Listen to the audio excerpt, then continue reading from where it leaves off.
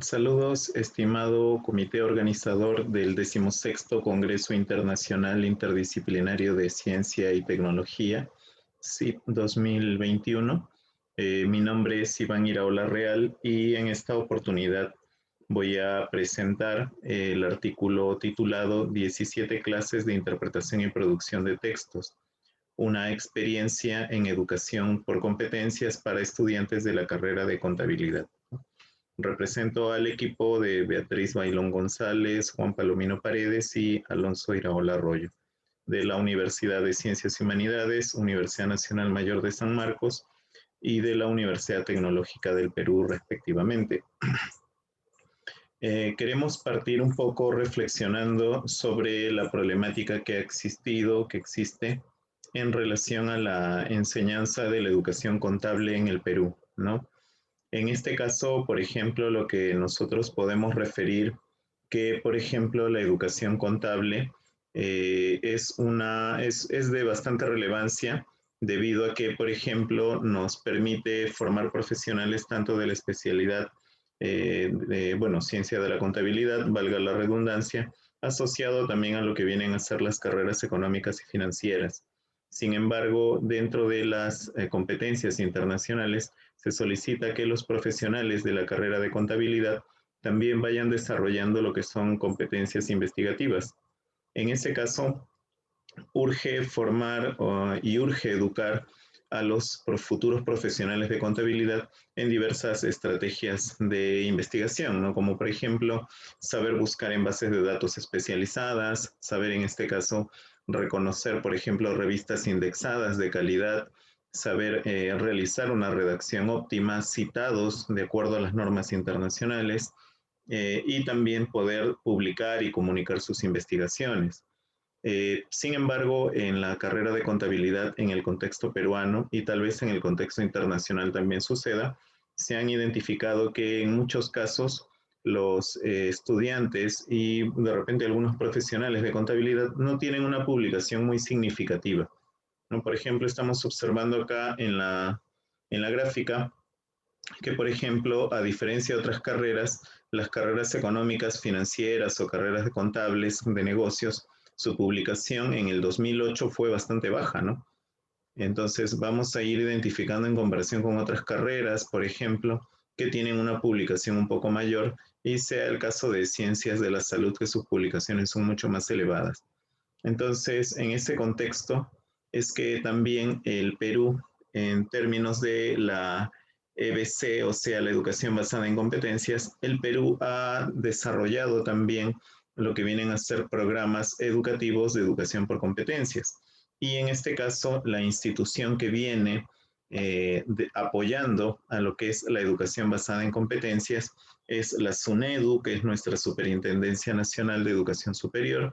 Tenemos también al mismo Ministerio de Educación. Sin embargo, quien está monitoreando minuciosamente acá en el contexto peruano, quien monitorea minuciosamente la educación, es la calidad educativa, es nuestro CINEACE, ¿no? Que viene a ser el Sistema Nacional de Evaluación, Acreditación y Certificación de la Calidad Educativa, que él precisamente está monitoreando y está observando, por ejemplo, diversas dimensiones educativas. Por ejemplo, vemos aquí la dimensión de formación integral, en la cual, por ejemplo, se especifica en un factor llamado el factor 4 de procesos de enseñanza y aprendizaje, en los cuales, por ejemplo, plantea de que todo programa educativo a nivel superior debe ser un currículum flexible, sin embargo, debe aportar a la formación integral, a competencias diversas, no debe apoyar en los procesos de enseñanza, aprendizajes articulados a la investigación, tecnología, desarrollo, innovación, responsabilidad social y también, por ejemplo, vamos viendo que cómo los estudiantes deben ir vinculándose al fortalecimiento de las competencias nacionales e internacionales, ¿no? Entonces, gracias al CINEACE, las universidades han venido implementando estos sistemas de educación por competencias, principalmente sistemas de educación que vayan de la mano con la investigación, ¿no?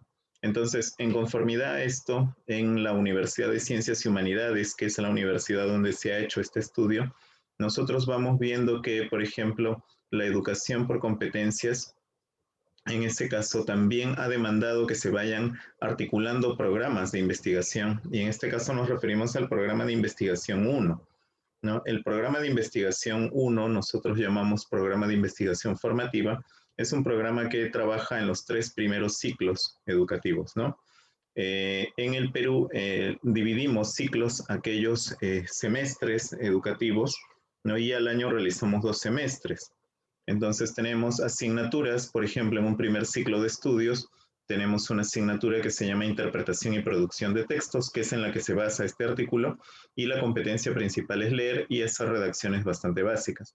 Después redacción y argumentación, que la competencia es escribir, y lo que viene a ser la investigación académica, que la competencia ya es hacer investigaciones básicas o plantear algunos objetivos de investigación, redacciones bastante básicas para lo que vienen a ser estudios de especialidad. En este caso, por ejemplo, nosotros hemos optado por una investigación un poco más aplicada.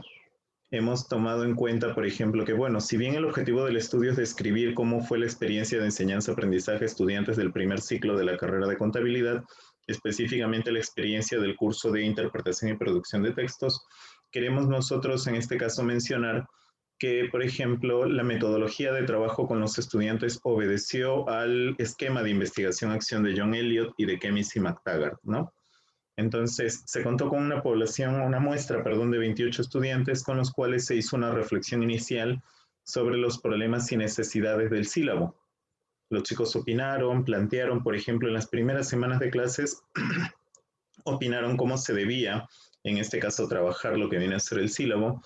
Se modificaron, se hicieron algunos ajustes al sílabo, se coordinaron para hacer algunos ajustes del sílabo, se hicieron algunas propuestas y en función a eso los chicos habían sugerido, por ejemplo, lecturas motivadoras, lecturas de la especialidad, lecturas filosóficas, etcétera, que es lo que vamos a mencionar más adelante.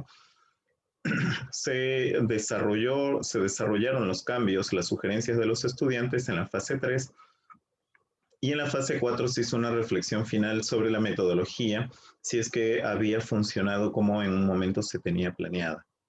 Entonces, en esa lógica, por ejemplo, como les planteaba hace un momento, la muestra fue de 28 estudiantes de la carrera de ciencias contables, ¿no? 12 mujeres, 16 varones en este caso, y todos oscilaban en un rango de edad de 16 a 24, ¿no?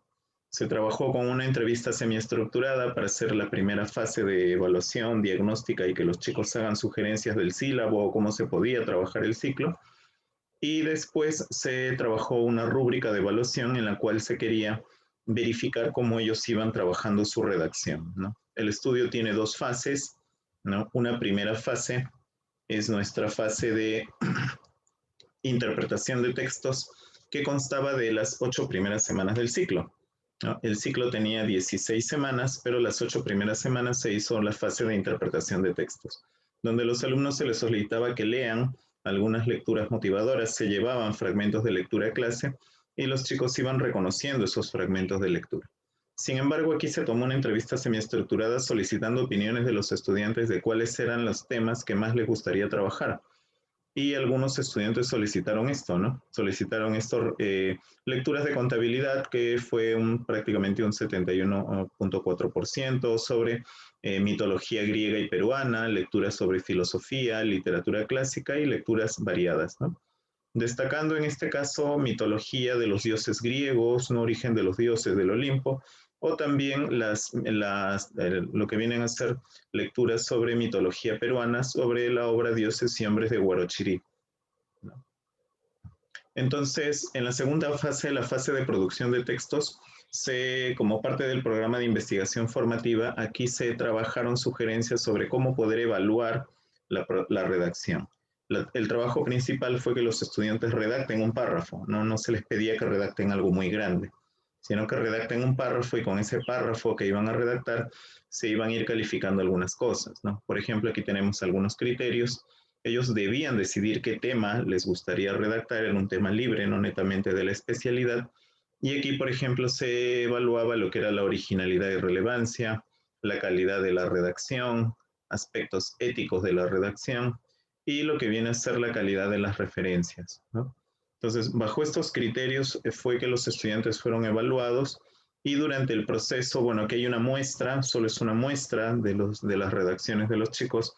En un primer momento los chicos empezaron a, por ejemplo, querer redactar y algunos, por ejemplo, empezaban a redactar de formas un poco como que desesperadas, ¿no? Parecía que querían redactar en cantidad, más no hacer una redacción de calidad. Vamos viendo que en la semana 13, por ejemplo, ya se empezaron a hacer algunas evaluaciones sobre la redacción. Se les solicitaba, por ejemplo, que redacten de forma fluida, que no usen muchas citas textuales, que usen el citado parafraseado APA, que, por ejemplo, trabajen más relaciones de ideas con conectores, y nos apoyamos del software Turnitin para lo que era la evaluación. Y aquí vamos viendo cómo en una muestra del 50% de estudiantes, a medida que iban avanzando las semanas, el porcentaje del diagnóstico del Turnitin iba reduciendo.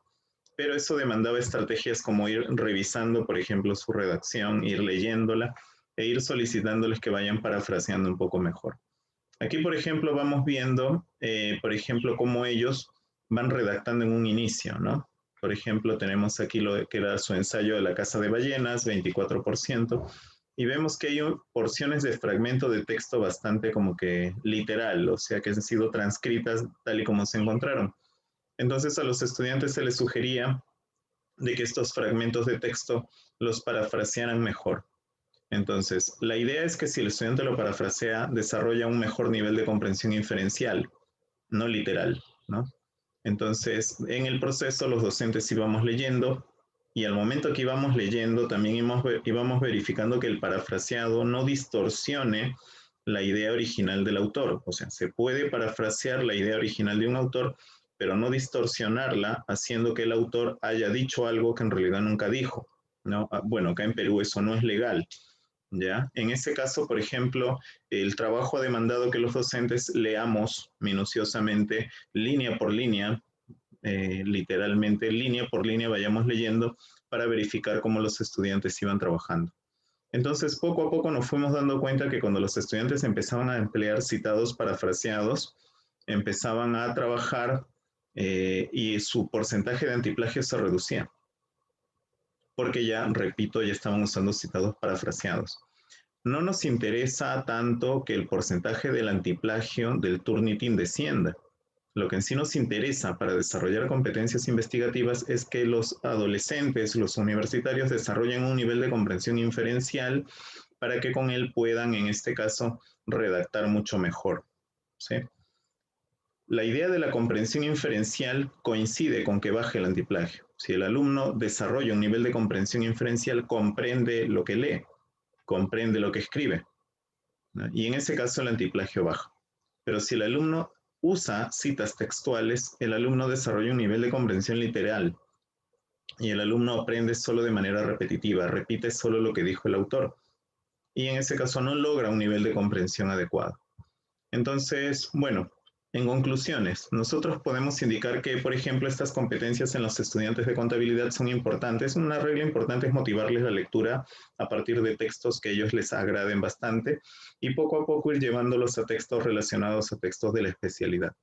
Segunda conclusión es que, por ejemplo, como los docentes debemos ir trabajando esas estrategias de investigación, debemos tomar en cuenta de que ellos van a ir, en este caso, redactando en un primer momento por temor, van a ir redactando tal y como lo encuentran. Pero en el proceso hay que ir haciéndoles comprender de que deben desarrollar gradualmente del nivel de comprensión literal con lo que son citas textuales e ir evolucionando a un nivel más avanzado que es el nivel de comprensión inferencial con citados parafraseados. Pero para verificar que no distorsionen a los autores hay que monitorear minuciosamente cómo lo están redactando. Bien, aquí expongo algunas referencias, ¿sí? Y bueno, eso sería todo. Muchas gracias.